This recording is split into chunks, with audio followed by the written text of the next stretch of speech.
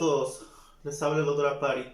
Y en esta ocasión, antes de empezar el tema, quiero expresarle a todos ustedes, los que pueden ver este video, que espero que se encuentren bien con respecto a la pandemia del COVID y sobre todo aquí en mi país, en Perú, sobre la segunda ola, recomendándoles de que mantengan todas las medidas de precaución para prevenir el COVID, que ya lo han visto, me imagino que hasta la saciedad por la televisión o los medios de comunicación, motivo por el cual solo les pido que traten de cumplirlas todas, debido a que quizás ustedes no han presentado aún la enfermedad y espero que no tampoco, pero yo que soy médico he tenido contacto con personas que tienen familiares con esta enfermedad y noto pues que sufren mucho. Por tal motivo no quisiera que les pase eso a ustedes. No hay que confiarnos, no hay que pensar de que somos inmunes. No sabemos mucho acerca de este nuevo virus, no sabemos de qué otras formas podría mutar, así que lo mejor es mantener pues nuestra distancia, usar las mascarillas, lavarnos las manos y tratar de no estar en grupos o en aglomeraciones de personas. Por tal motivo pues además les recomiendo de que en casa, si tienen un saturómetro, puedan todos saturar o saber la saturación de oxígeno que presentan cada uno de ustedes, de su familiar, y hacerse la toma diariamente para ver si hay alguna variación con respecto a eso, para poder recurrir a una atención médica lo más pronto posible y no complicarse de esta enfermedad. Espero que todos puedan seguir estas recomendaciones.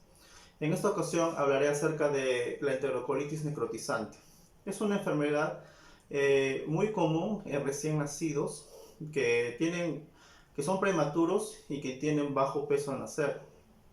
Estos recién nacidos van a presentar a nivel de la mucosa intestinal. La mucosa es la capa más interna del intestino.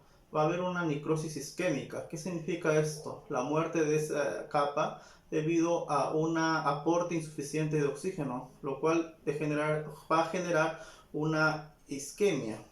Esto genera que luego de esto los gérmenes puedan proliferar y puedan invadir la pared intestinal y produciendo gas a ese nivel. Incluso puede también este gas migrar hacia lo que es el sistema venoso portal.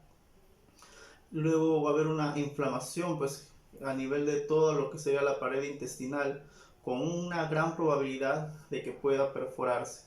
Por tal motivo, esta es una enfermedad muy frecuente, es una emergencia gastrointestinal que a veces llega a tener un tratamiento quirúrgico, es decir, la cirugía en estos pequeños.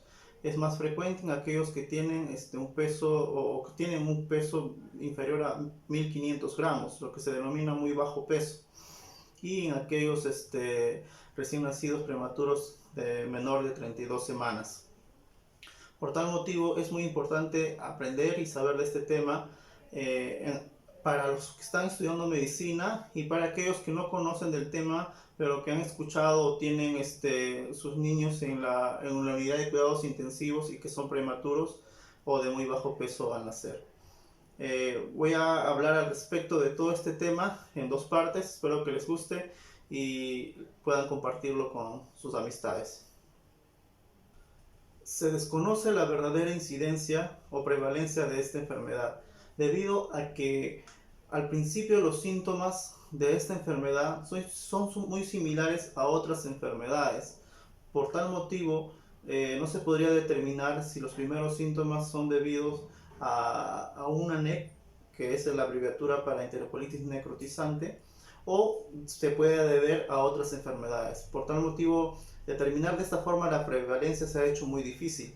Por tanto, lo que se ha podido probar o podido ver en prevalencia van a ser aquellos que se consideran como los casos ya definidos o aquellos que ya están en una etapa avanzada de la enfermedad. En los Estados Unidos, por ejemplo, se menciona que la prevalencia es de 1 a 3 por cada 1000 nacidos vivos. Más del 90% de los casos va a corresponder a aquellos recién nacidos que tengan muy bajo peso al nacer, es decir, menos de 1500 gramos, o aquellos que tengan una edad gestacional menor de 32 semanas. Se ha visto que la incidencia va a disminuir en aquellos casos donde el recién nacido tenga mayor peso y mayor edad gestacional. Además, esta incidencia aumenta en 5 veces en los casos donde el peso es extremadamente bajo al nacer, es decir, de menos de 1000 gramos, o aquellos que son prematuros extremos, es decir, que tengan menos de 28 semanas de gestación los recién nacidos. Esta enfermedad no solo afecta a los recién nacidos prematuros, también a aquellos que son a término, es decir, aquellos que presentan mayor de 37 semanas de gestación. Y se ha visto que en este grupo de recién nacidos han sido alimentados con leche no materna, han presentado otras comorbilidades, es decir, otras enfermedades que pudieron haber desencadenado esta enfermedad. También se ha visto en los recién nacidos con cardiopatías congénitas, aquellos que presenten alguna afección en particular a nivel gastrointestinal, aquellos que tengan sepsis, aquellos que han presentado hipoxia perinatal, o sea, cuando nacieron han presentado cualquier cuadro, ya sea infeccioso o congénito, que haya producido hipoxia, o es decir, una baja de oxígeno en su torrente sanguíneo, lo cual también pudo haber desencadenado esta enfermedad. Con respecto a los síntomas y signos de la enterocolitis necrotizante, vamos a ver que en los recién nacidos prematuros generalmente van a nacer bien, se van a ir alimentando y van incluso a aumentar de peso. Más adelante todavía es cuando van a poder presentar o se evidencia que presentan la NEC. Vamos a ver que estos pacientes van a presentar una intolerancia gradual a la alimentación, es decir, no van a tolerar la vía oral, en este caso la leche. Por tal motivo vamos a ver que estos pacientes van a presentar un aumento del residuo gástrico. ¿Qué es el residuo gástrico? Es la cantidad o volumen de alimento que se ubica a nivel del estómago, en lo cual se va a ir midiendo a través de una sonda, ya sea orogástrica o nasogástrica. Esta sonda que va o que llega hacia el estómago va a ir drenando toda la cantidad de alimento que no puede digerir el recién nacido. Con respecto a este signo, se ha evidenciado que no es predictor su medida para saber si los recién nacidos prematuros van a generar o van a desencadenar una enterocolitis necrotizante. Pero sí se ha podido evidenciar que los niños que presentan menor residuo gástrico son aquellos que van a tolerar más cantidad de volumen más rápidamente y además van a ganar mayor peso que del grupo de que presenten mayor residuo gástrico. Sin embargo, este signo no es predictor de poder ocasionar o de poder predecir una aparición de una enterocolitis necrotizante. Por tal motivo, en algunos centros, incluso en los recién nacidos prematuros, no se le hace la medida del residuo gástrico porque no es indispensable o no es necesario para poder predecir la aparición de una enterocolitis necrotizante. Entre los signos gastrointestinales que vamos a evidenciar tenemos la distensión abdominal, vamos a ver el aumento progresivo del volumen del residuo gástrico, vamos a evidenciar dolor a la palpación, va a haber un sangrado intestinal que se va a evidenciar en las heces, diarrea, también podemos visualizar el cambio del residuo gástrico que puede ser bilioso, el cual va a ir aumentando. Estos serían los signos más frecuentes que se va a evidenciar a nivel gastrointestinal. Entre otros signos inespecíficos vamos a encontrar apnea, insuficiencia respiratoria, letargo, inestabilidad de la temperatura. Y también podemos encontrar hipotensión arterial como causa de un shock séptico, lo cual explicaría todos los síntomas o signos que ya les he mencionado, lo cual además se ha evidenciado que estos pacientes o estos recién nacidos van a presentar bacteriemia en un 20 y 30% de los casos.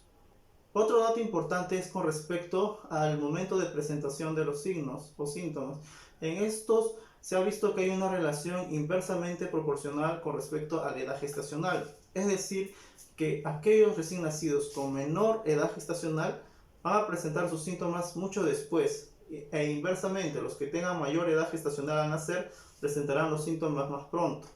Por ejemplo, para que me puedan entender, aquellos recién nacidos menores de 26 semanas de edad gestacional podrían presentar sus síntomas todavía después de los 21 días de haber nacido. Mientras tanto, aquellos que recién nacidos con mayor de 31 semanas de edad de gestación Estos van a presentar los síntomas quizás a los primeros 10 días o 11 días de haber nacido. Menciona que podría explicarse debido a que los recién nacidos prematuros no se les da inmediatamente la vía oral, sino que se espera un tiempo, y cuando ya se empieza a dar la vía oral, recién ahí podría empezar a formarse la enterocolitis necrotizante. Por tal motivo aún no se ha dilucidado muy bien los motivos de esta relación inversa. Con respecto a los hallazgos de laboratorio, vamos a encontrar que estos recién nacidos van a presentar plaquetopenia, van a presentar anemia, van a presentar también coagulación intravascular diseminada y en un 20% hemocultivos positivos. En los recién nacidos a término también van a presentar los signos y síntomas muy similares a los recién nacidos prematuros, y no olvidarse que el momento de presentación de los síntomas más o menos es entre los 7 a 12 días de edad del recién nacido a término. Por tal motivo, esa sería una diferencia que se ve con respecto a los recién nacidos prematuros, pero presentando también síntomas y signos muy similares al otro grupo. No olvidarse que entre los factores de riesgo en aquellos recién nacidos a término podría encontrarse las cardiopatías congénitas, alguna u otra enfermedad que predisponga a sufrir una hipoxia intestinal, y o aquellos que son alimentados con leche no materna durante el nacimiento. El diagnóstico de enterocolitis necrotizante se realiza de la siguiente manera. Lo que tenemos que buscar son los signos y síntomas característicos de la enfermedad, como ya les había mencionado: distensión abdominal, aumento del residuo gástrico, es decir, la intolerancia oral, la hemorragia que se va a evidenciar en las heces, es decir, la hematoquesia. Y por ejemplo también lo que podríamos evidenciar también es un residuo bilioso, dolor a la palpación. Son todos los signos o síntomas que encontremos al examinar al recién nacido. También debemos tener o considerar para el diagnóstico las pruebas de imagen, las radiografías de abdomen, en la cual tenemos que evidenciar o buscar una neumatosis intestinal.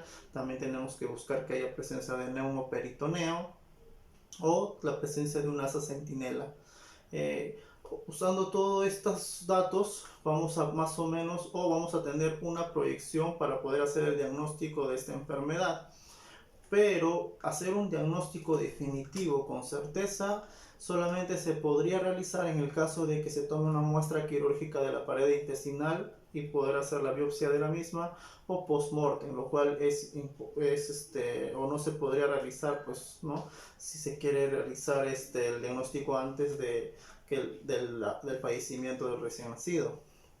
Con respecto a los exámenes de laboratorio, estos ayudan para respaldar el diagnóstico, más no para hacer el diagnóstico en sí, debido a que tiene baja especificidad. Y aparte también nos podría ayudar para hacer la estadificación o saber en qué o qué tan avanzada está la enfermedad. Con respecto a la evaluación radiológica, va a ser muy importante utilizar la radiografía de abdomen simple, que es la más utilizada debido a su disponibilidad, y por ende nos podría ayudar a hacer el diagnóstico. En particular, encontrar la neumatosis intestinal va a ser un signo característico de NEC para hacer el diagnóstico.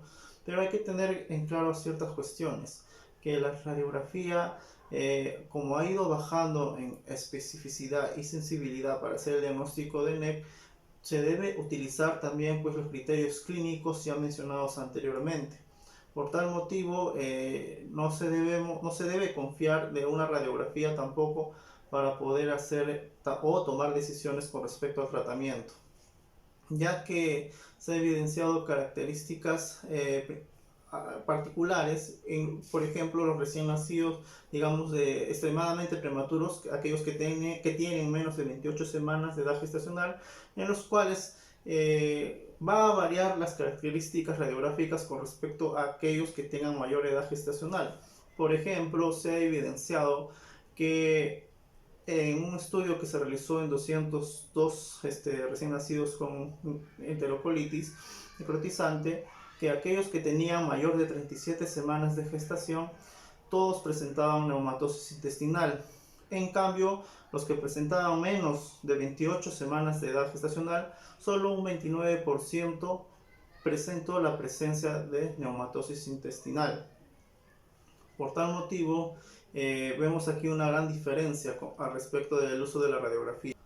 Otro ejemplo claro es que si vemos un paciente con signos clínicos de enterocolitis necrotizante y vemos que hay un deterioro marcado, es decir, que cada vez se está agravando más el paciente con marcadores tanto bioquímicos, hematológicos que van empeorando, no tenemos que necesariamente tener una radiografía con neumatosis intestinal o neumoperitoneo para tomar la decisión quirúrgica, por ejemplo. Con respecto a la presencia de gas venoso portal, se evidenció que aquellos que presentaban 37 o mayor de 37 semanas de gestación presentaban 47% gas venoso portal. En cambio, los que presentaban menos de 28 semanas de gestación solo presentaron un 10% la presencia de gas venoso portal. Es decir, por ende, la radiografía de abdomen no es tan específica para poder o no tiene tanta sensibilidad para poder hacer por sí sola el diagnóstico o para tomar decisiones en el tratamiento de estos recién nacidos. Entre las características que se van a evidenciar en las radiografías, les voy a comentar lo siguiente. Se va a evidenciar la presencia de la dilatación de las asas intestinales, lo cual se evidencia en las primeras etapas o en la primera etapa de la enterocolitis necrotizante. Pero no es específico debido a que también otras enfermedades podrían presentar dilatación de las asas intestinales, como por ejemplo en un hilio séptico. Con respecto a la neumatosis intestinal, este es un signo muy característico de la NEC, de la enterocolitis necrotizante, y es debido a la presencia de burbujas de aire a nivel de la pared intestinal producido por las bacterias. En la placa se va a evidenciar como unas imágenes radiolúcidas que se van a encontrar a nivel de la pared intestinal, y es un signo muy característico de esta enfermedad, pero no es la única enfermedad en la que se podría evidenciar, que en edades más avanzadas de la vida se puede encontrar, por ejemplo, en la tiflitis, en aquellos pacientes que tienen alergia a la proteína de la leche de la vaca, en las enterocolitis isquémicas, etc. Se debe considerar que la neumatosis intestinal en los recién nacidos prematuros se debe considerar como enterocolitis necrotizante hasta que se demuestre lo contrario. Este signo podría ser difícil de hallar debido a que las heces que se encuentran a nivel del intestino pueden contener aire y por tal motivo nos puede dar la apariencia de ser una neumatosis o dificultar la evidencia de esta neumatosis en sí. El neumoperitoneo suele aparecer cuando hay perforación intestinal, la cual se evidencia en el estadio 3B de la enterocolitis necrotizante.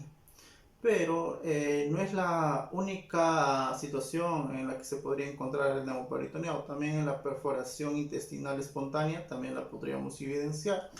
Hay un signo muy característico que se denomina el signo de fútbol, en el cual a nivel en paciente en decúbito supino, cuando le toman la radiografía, se va a evidenciar una imagen radiolúcida muy marcada a la derecha de mi abdomen, con la evidencia o la visualización del ligamento falciforme del hígado, dando la apariencia de una pelota de fútbol americano.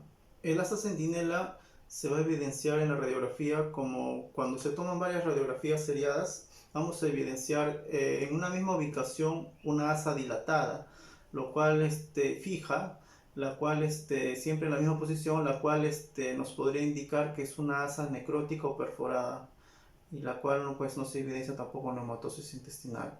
Este hallazgo pues, es muy importante también para poder tomar decisiones. Y el otro signo es la presencia de gas portal, debido a que las bacterias al producir este gas se va a migrar a lo que es el sistema venoso portal, incluso llega hasta el hígado, evidenciándose las ramificaciones que presenta a este nivel. Se creía anteriormente que este signo era un predictor desfavorable de esta enfermedad, o incluso algunos consideraban como un signo que tenía que hacer que se opere el recién nacido, lo cual ya con los estudios posteriores se ha visto que no es necesario. Con respecto a cómo tomar la radiografía, se recomienda tomarla en decúbito supino, tangencial, lateral, para poder evidenciar si hay presencia o no de neumoperitoneo. Además se sugiere o se le puede sugerir de que esté ligeramente inclinado hacia la izquierda, para que de esta forma el gas libre se pueda evidenciar mejor por encima del hígado. Además se sugiere tomar radiografías cada cierto tiempo, que puede ser cada 8 o cada 12 horas, hasta ver mejoría del recién nacido. Últimamente se ha evidenciado el beneficio de usar la ecografía también como apoyo para el diagnóstico de la enterocolitis necrotizante.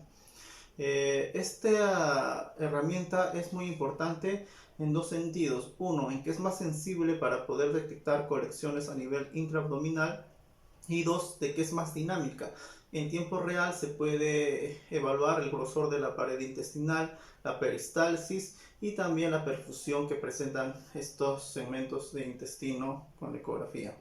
Sin embargo, su uso está limitado debido a que no se cuenta en algunos centros, otros lo tienen, pero no lo tienen a la disposición las 24 horas del día, o aparte que también es una herramienta operador dependiente.